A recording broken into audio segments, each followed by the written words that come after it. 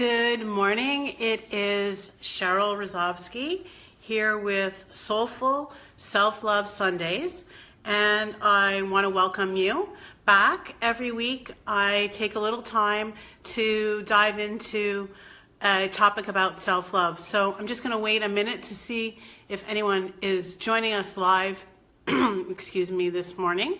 Last week I was not well and I had bronchitis all week, so I'm mostly better.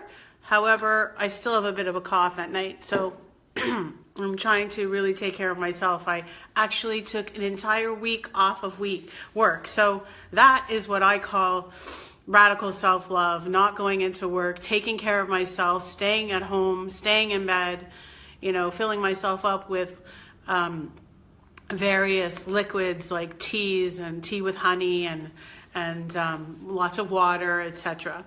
And I tried something interesting with turmeric and ginger, honey, coconut oil, and cinnamon. That was a little weird, but anyways. Okay, so apparently Facebook is spreading the word, but I'm gonna start. So last week we talked a little bit about our relationship, and for those of you on the replay, so you'll get the full discussion, and maybe you might want to refer back to last week's topic of our relationships with ourselves, because today we're going to talk about our relationships with others. However, our relationships with others ultimately come from our relationship with ourselves. So last week we talked about how do we treat ourselves? How do we talk to ourselves? What do we do to love ourselves? Because ultimately the relationship that you do have with yourself reflects as a mirror in your relationship with others. So, healthy relationships are rooted in self-love, because the more that you love yourself and the more that you increase, as I talked about, I think it was last week and the week before, raise your vibration, you're going to attract relationships that are healthier and more loving into your life. So the more that you love yourself, the more you're going to find loving relationships in your life.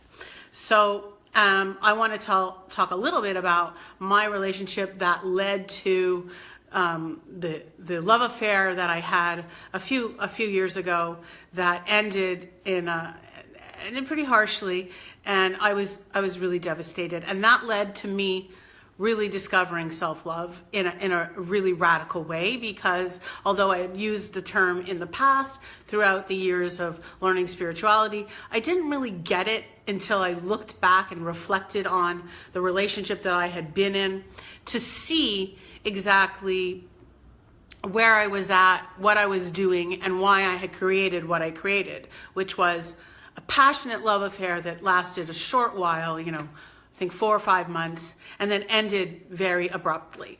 So what I learned from that relationship was a few things. One was, in that relationship, that person was showering me with love very intensely in the beginning of the relationship, which one of my friends has coined the term crack candy, because it's like this amazingly fabulous candy that you want to devour, and yet it is so not healthy, because how can someone completely and fully love you that intensely in such a short period of time? Because they really don't completely know you. So I fell for the crack candy. I was told that anyways, I was told many things that were amazing, and it's so incredible to hear all these wonderful things from another person who's falling in love or in lust, as I think it was, with you. So what I learned from that was whoa, just take a step back and go, okay, yes, I'm amazing.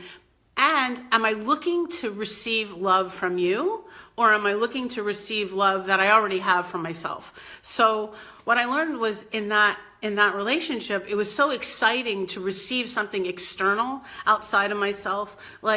People, how they feel when they get a new car, a new house, a new fill in the blank, anything. They feel this elation, this excitement, and so you're getting this feeling of this great feeling from something outside of yourself.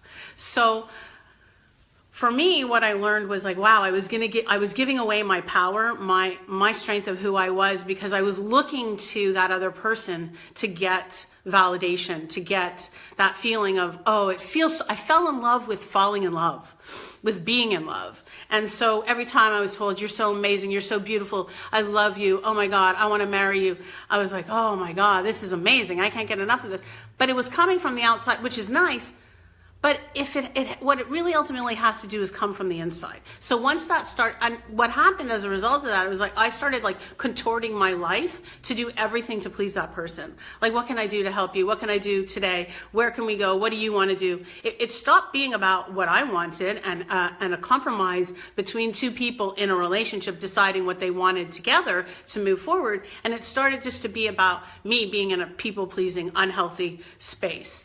And it was not pretty, to be honest, very vulnerable, real here. It was not pretty. So I was giving away my power to someone else who, it wasn't that they were looking to take my power. It was just that they were just open to the situation they were in at the time. Everything needed to be around what was good for them. And I started to lose a sense of who I was, because I forgot like, what do I really want? Like, we're going for dinner tonight. What do I really want to go? Like, what are we doing afterwards? Well, what do I really want? Are we just doing what you want to do because I'm saying yes, so I'll do that. So I lost a sense of myself. And so when the relationship ended, I really had to start to put together the pieces of like how I created that. And then start to really love myself so much as to understand the boundaries that I needed to put in place. And boundaries is something we'll talk about in another Facebook Live. And so now I understand, like recently, just as an example, someone I'm friends with made a dismissive comment to me about something. I was very emotional about something, and they made a very dismissive comment like, oh, is that because of the moon phase or something like that? And I was just like, and in the moment I didn't say anything. And afterwards I was like, no, it's not okay. It's not okay to dismiss my emotions. It's not okay to talk to me like that. It's just not okay. So it could be a small thing or it could be a big thing, but understanding like where our boundaries are, what our limits are, and knowing, even so much as like in the other relation, for example, I had gone to pick him up at the airport when he came back from vacation with his kids, and I dropped him off. He needs to say goodbye. And I was like, oh, you're not going to invite me in for coffee for 5 minutes to even acknowledge that I just, in 20 below zero, spent, half an hour driving out of my way. So that was like a shocker for me. So like setting boundaries and limits in terms of what's okay, that might be okay for some people, but understanding where you are in your own, in your own self, and loving yourself and respecting yourself, which is, part of what we talked about last week, is pivotal. So, in terms of talking about how you love yourself while you're in a relationship, boundaries to me is like a fundamental core, like knowing what's important to you and what you allow and what you don't allow. But the other thing is also filling yourself up with so much self-love that all there is love. And I know that sounds sort of trite and I don't know, put air quotes on that. But really, the more you love yourself and the more you take time to do the things that you love. And what are those things? Like, what are the things? How do you fill yourself up with love? How do you guys, find balance in relationships that you don't lose yourself? Have you ever lost yourself in a relationship?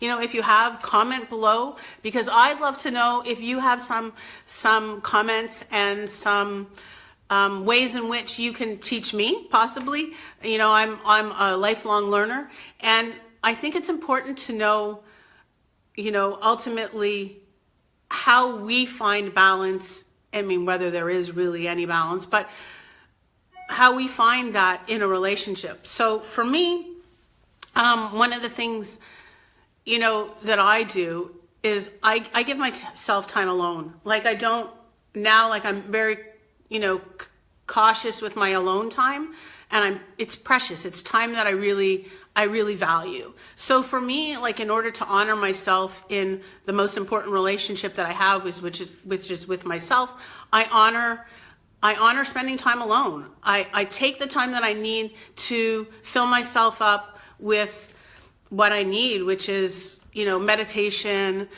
doing exercise, getting together with friends, talking with friends on the phone, spending time. I have 2 cats, so spending time cuddling with those fur balls that are a lot of fun.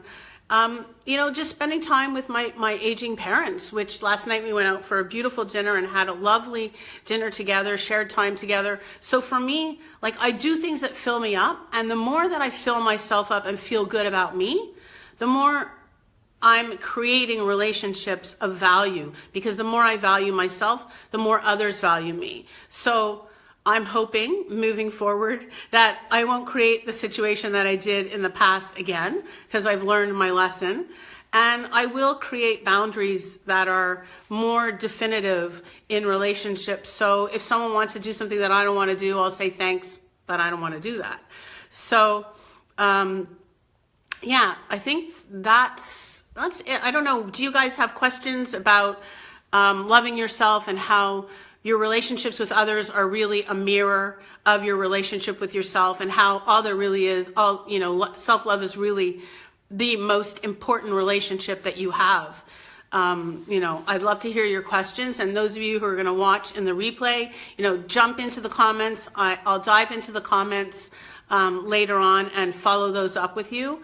Because what do you guys do? Some of you that I know have lifelong marriages that are successful. And I'd love to know how you find what I'm talking about today, how important it is. I know for some of you it is really important, that loving yourself is critical to having that balance and love within your marriage.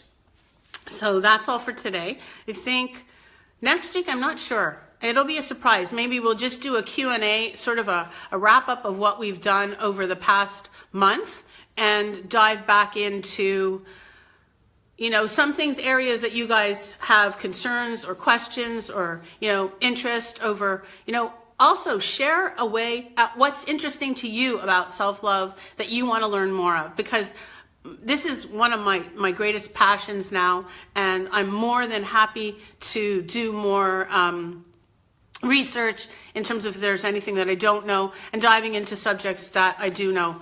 And that's it for today. So thank you guys so much for listening. I love you, and I love me. And have a fabulous day, and I will see you next week. Bye.